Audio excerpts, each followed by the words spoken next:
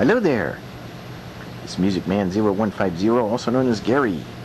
And yes, we are back once again. And this time, we're in the shop. And what purpose I have today in the shop is to show you some of the things that have accumulated.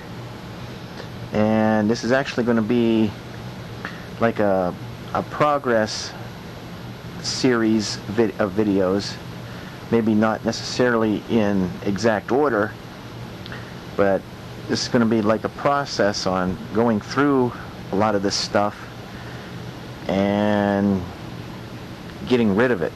You know, what isn't working and what is working, I'm going to try to either donate it to charities or, you know, non-profit organizations or people that can actually use the stuff. Because as you can see, I got stuff on the floor, I got stuff here on the shelves, and I did get rid of some stuff that was on these shelves last month. As you can see, the arrangement's a little bit different, but I still got a lot that I need to go through. And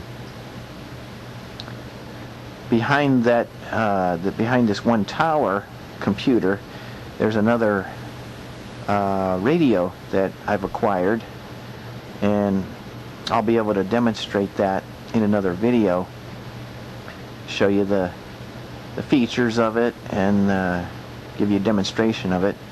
And then this little stereo system up here, I think I've given you a description of it, but I haven't given you a demonstration of it.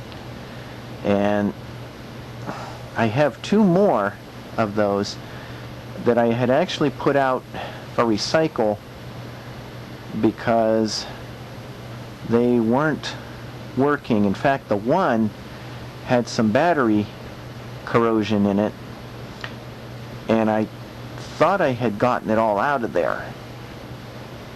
And really what I'd like to do, I'd really hate to get rid of those.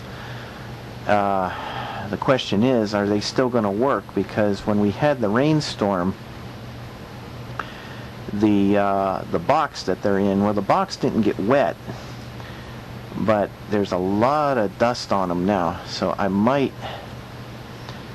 really have to take them apart again and really inspect the insides and make sure that everything is okay with those two units.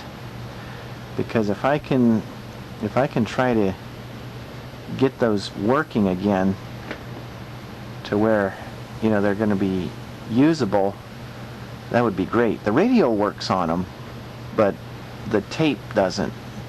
And we'll get into more detail of that in other videos. But just want to show you some other things that I've accumulated. And this one computer down here is one that I've had for quite a long time now. Well, maybe about 9-10 months. And this is my biggest computer, size-wise. As you can see, it's a very, very large tower. And I've actually rebuilt this some. I've upgraded the insides a little bit. I've put in a new power supply, and you can see here it's got the floppy drive. Well, yeah, the floppy drive's right here, and then I've inserted 1, 2, 3, 4 CD-ROM drives. Now you're probably saying, why 4 CD-ROM drives? Well, there's a very good reason for that. One of the reasons is if you're playing a game on here and you would like to listen to a CD at the same time, you can do so.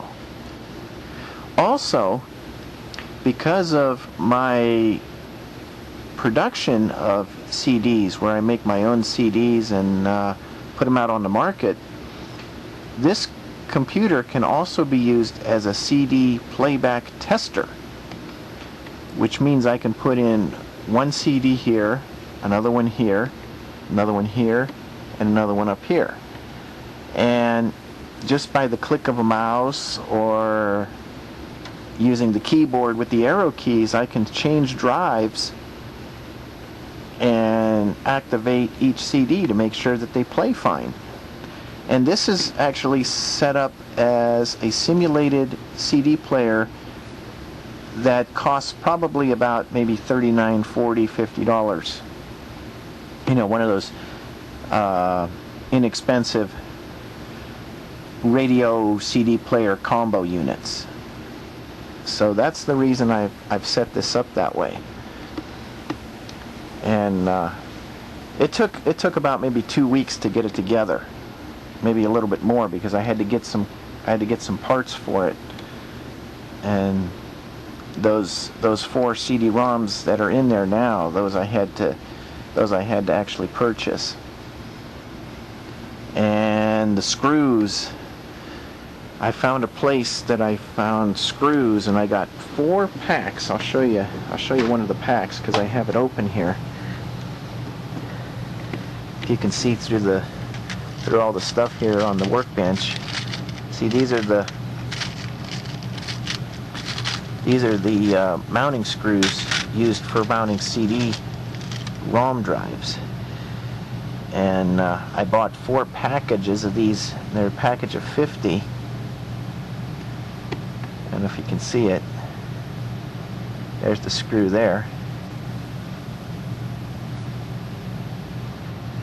I know this camera doesn't pick up the macro too well, but that's the screw there. And I bought 4 packages because I knew I was going to use up almost 1 pack just mounting all those drives in. And let's see, I also have some other keyboards down here. And this compact computer I have set up. I don't know if I'm going to keep this one though. I've been tossing this one around, deciding whether I'm going to keep it or get rid of it. So, not really sure. And then I have another computer that you've seen in another video. It's a Stargate. And being that we're almost out of time on this part of the workshop, we'll go into part 2, and I'll show you the modifications I did on the smaller Stargate.